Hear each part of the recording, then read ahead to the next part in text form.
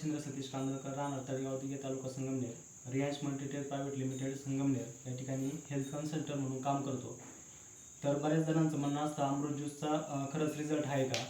तर तो रिझल्ट आपण चमत्कारिक रिझल्ट बघण्यासाठी आज कडे गावात आलेलो आहे. तर मावशी काय नाव तुमचं? जिजाबाई संजय सानप.